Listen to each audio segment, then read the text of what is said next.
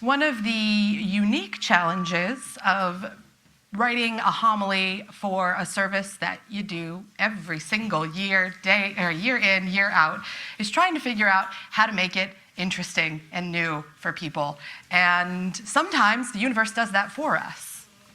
So if you were hearing the story under the story of the Flower Communion, it is about beauty and it is about community. But it's also a story of resistance. You heard it in the reading from Reverend Schwartz. When they were in Dachau, they performed the flower ceremony.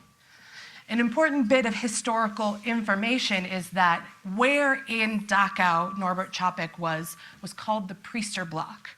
So he was not the only faith leader that was captured by the Nazis and imprisoned there. There were about 2,000 other clergy members from various faiths, various Catholic, Protestant, all sorts. And weekly, they would hold religious services in the Priesterblock. They weren't supposed to. They were told regularly not to. They kind of got away with it because they were clergy and they had a little bit of leeway, but they weren't supposed to be doing it. And they all decided to do it anyways. And that's where resistance really starts. It's doing the things that we know are right, even when we're being told by the powers that be that they're wrong. You may have heard this week that the Department of Defense removed 180 different faiths from what they consider acceptable religious identities for our enlisted folks. 180 different faiths. Sherry, exactly. That was the face I made. Sherry just went, what? First of all, did anyone know that we had more than 220 recognized faiths in the United States? Yes. I didn't know it was quite that many. And it can be very minuscule differences. And this is where the issue with taking this away comes from.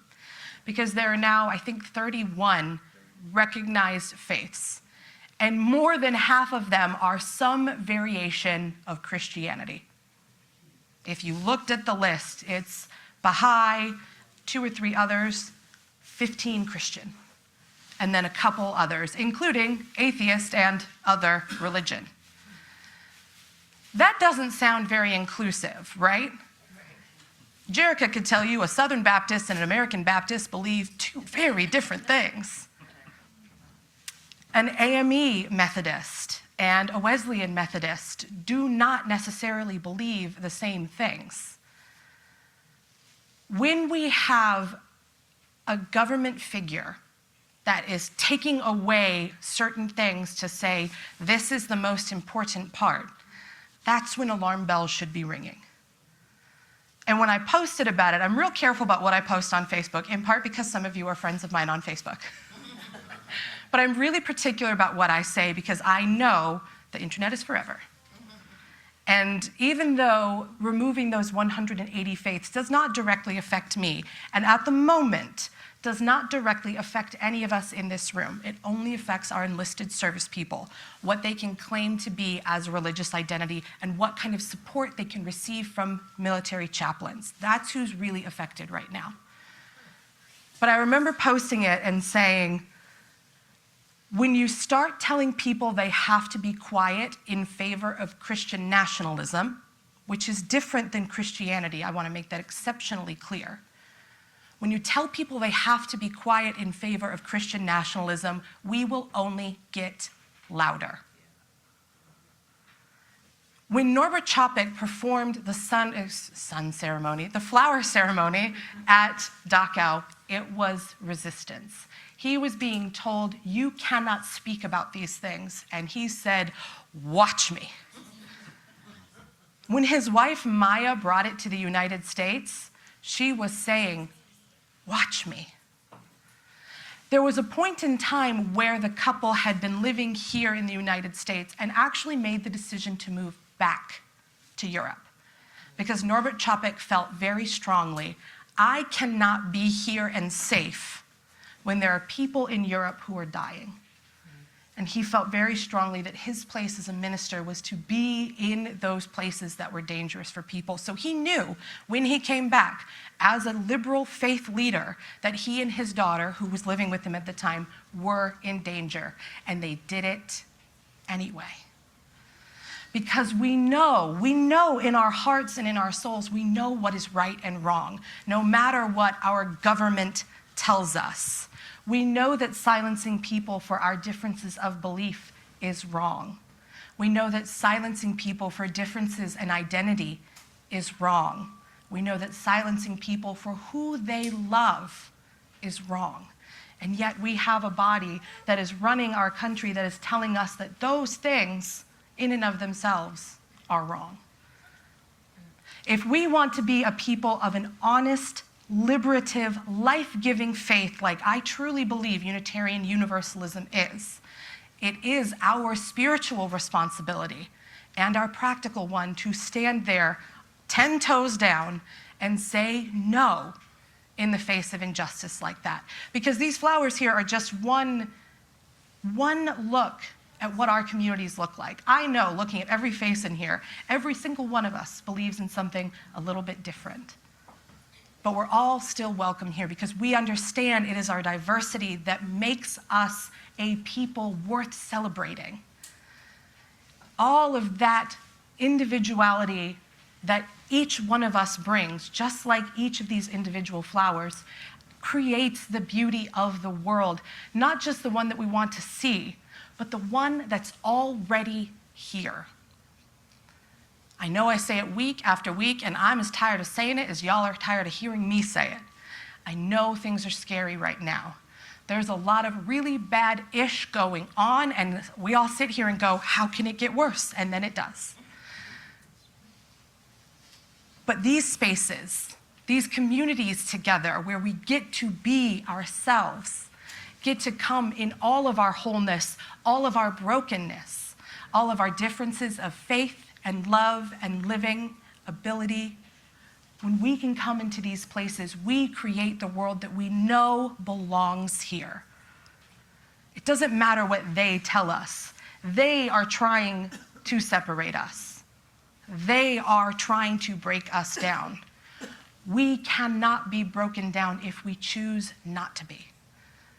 It's hard, especially when we're by ourselves at 2 a.m, doom scrolling on our phones because we can't sleep.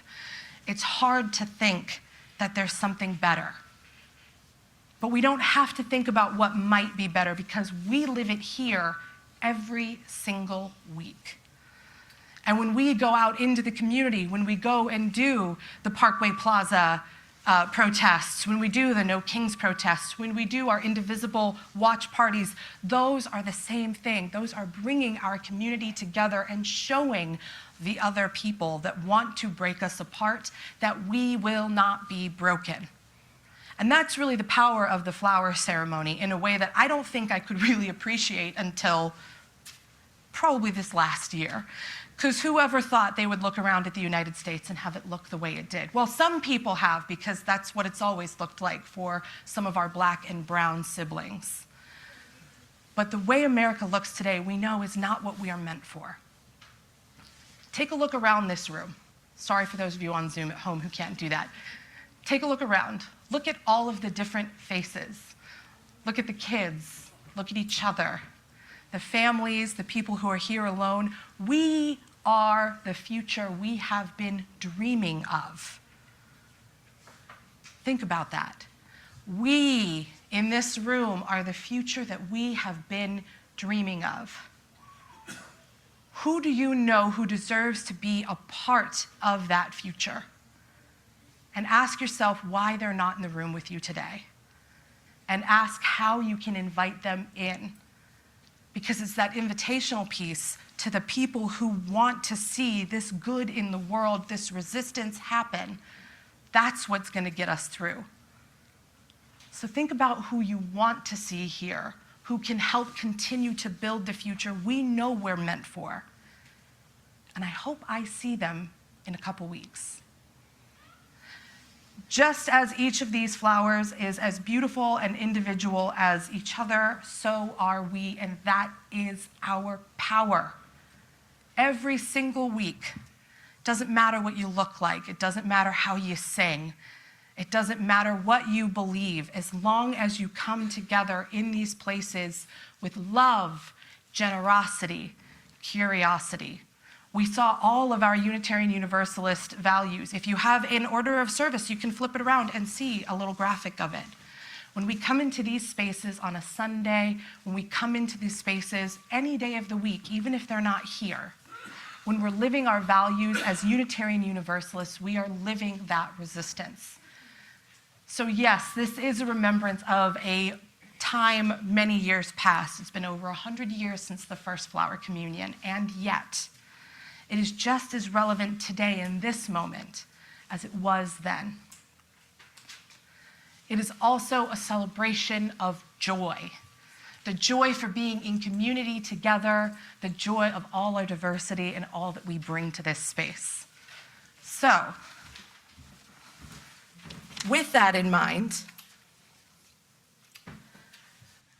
we'll have a song and then we'll go through our blessing. Our adults are going to stay seated. When it's time for the flower distribution, our kiddos are going to do that for us.